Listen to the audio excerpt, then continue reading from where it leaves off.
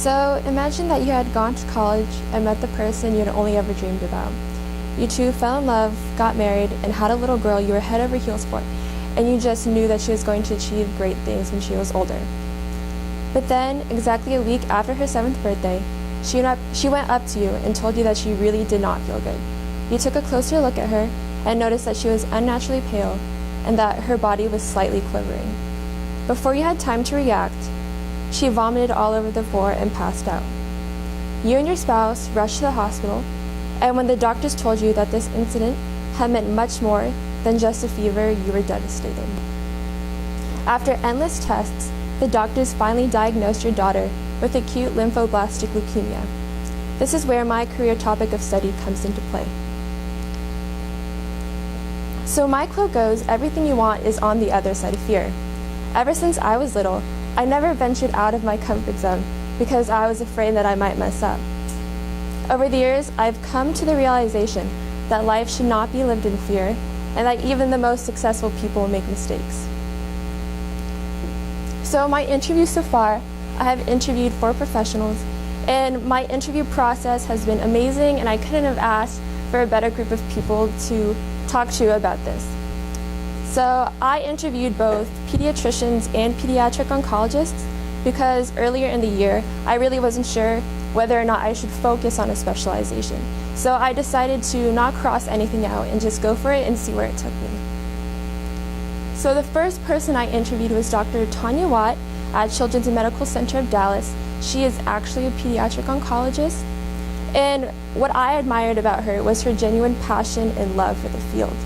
And through her, I learned that physicians are still people, and they experience emotions.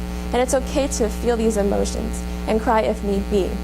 And because of this, I learned that having a good support system is essential to job satisfaction and success. And Dr. Watt works in a group practice with other pediatric oncologists who know her patients and what they're going through. And so her support system is really strong, and she really loves her job. The second person I interviewed was Dr. Diana at Forest Lane Pediatrics. And before going into this interview, something I found really interesting is that she originally went to school to become a pediatric oncologist, but midway decided to change her mind and go the pediatrician route. And I learned that after our interview, because of this, is the first reason it was a lot of schooling, and second of all, pediatric oncology takes a certain personality type to handle being around really, really sick kids all the time. And Dr. Diana preferred being around more healthy children.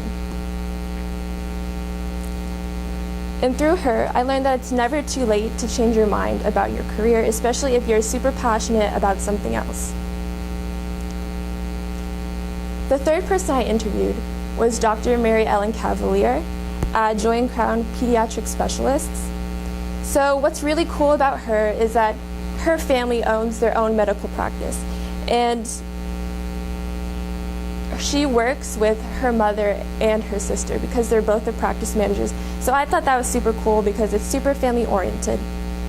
And also, she is a pediatrician, but she also specializes in pediatric hematology and oncology.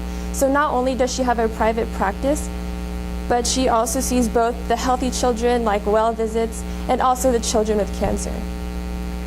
And through her, I learned that clear communication is extremely important, whether or not it's explaining what's happening to their child or delivering bad news, because things can always be misinterpreted if it's not clear. And so it's best to cultivate these speaking skills in order to help a family as much as possible. And so the most recent person I interviewed was Dr. Melissa Bellinger at Best Nest Pediatrics. And she's relatively new to the area. She got her undergrad at Rice University. And through her, I learned that the prerequisites that you take while getting your undergrad can almost be seen as a way to filter out the individuals that aren't meant for this specific career path, and that medical school is where you mostly learn the things that you'll apply to your actual job. And I also learned that in the medical field, there is a lot of pressure since it feels like there's absolutely no margin for error. And to combat this, she told me that you have to make sure that you're truly confident in what you're doing, and you have to be confident in your knowledge, and you have to have a good support system, just like Dr. Tanya Watt told me. So, my research. The progression of my research, through my first 3 research assignments, I was more kind of just experimenting on my subject, and I was trying to figure out where my interests lie. And so as you look further down my list, you'll notice that the topic that sparked my interest was leukemia, more specifically acute lymphoblastic leukemia. So the basics of acute lymphoblastic leukemia, which I learned solely through assessment 4 through 6, is that acute lymphoblastic leukemia is the most common type of childhood cancer, and this is where your bone marrow makes too many immature lymphocytes, which is a type of red blood cell, and not enough mature blood cells such as the red blood cells and the platelets. And so there are 2 types of lymphocytes, B lymphocytes and T lymphocytes. And the B lymphocytes connect to antigens right on the surface of the virus or bacteria, whereas the T lymphocytes connect on the outside. And so these abnormal cancer cells are basically an excess number of immature lymphocytes, therefore causing a lack of replication of red blood cells and the platelets. And so over time, these abnormal cancer cells will collect, and they'll eventually spill into the bloodstream, spreading to other organs, which causes other cells in that place to not function properly. And that's why all of these bad stuff happens in the body and everything's not working properly. And so the treatment of acute lymphoblastic leukemia, which is mainly what my original work revolves around, but we'll get to that later. So the diagnosis of acute lymphoblastic leukemia can be found through tests such as complete blood cell count with differential blood chemistry studies, bone marrow aspiration and biopsy, cytogenic analysis, immunophenotyping, and lumbar punctures. And if you look on my slide, the 2 pictures, which is bone marrow aspiration and biopsy and lumbar punctures, those are the most common types where pediatric oncologists figure out and diagnose their patients. And so for the treatment, pediatric oncologists typically use chemotherapy to treat cancers. And so chemotherapy can be administered through injections in the vein, the muscle, or the skin, or it can be administered through the mouth. And the way that chemotherapy works is that there are drugs that travel through the bloodstream in order to reach all cancer cells and kill them.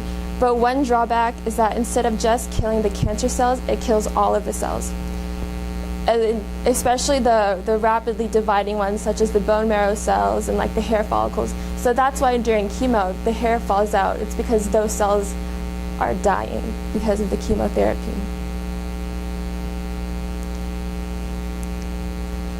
So my original work, more often than not, children patients develop a sense of fear and anxiety when faced with procedures such as chemotherapy and those diagnostic tests like bone marrow aspiration, biopsy, and lumbar punctures, because they don't understand what's happening. So in order to combat this, I wanted to create a children's book that defines the procedures that acute lymphoblastic leukemia child patients have to go through, where the child will understand it. And this will hopefully decrease their fears, and it'll create a comprehension that promotes confidence in themselves and in their situation. So my ISM journey so far has been an eye-opening one because it has exposed me into the world of pediatric oncology. It has made me face my fears on a multiple of occasions, and it has made me gain a surplus of knowledge that I can very well use in the future. So this being said, I hope to gain more information about my topic of study and create a finished product that will fully define my ISM career. Thank you.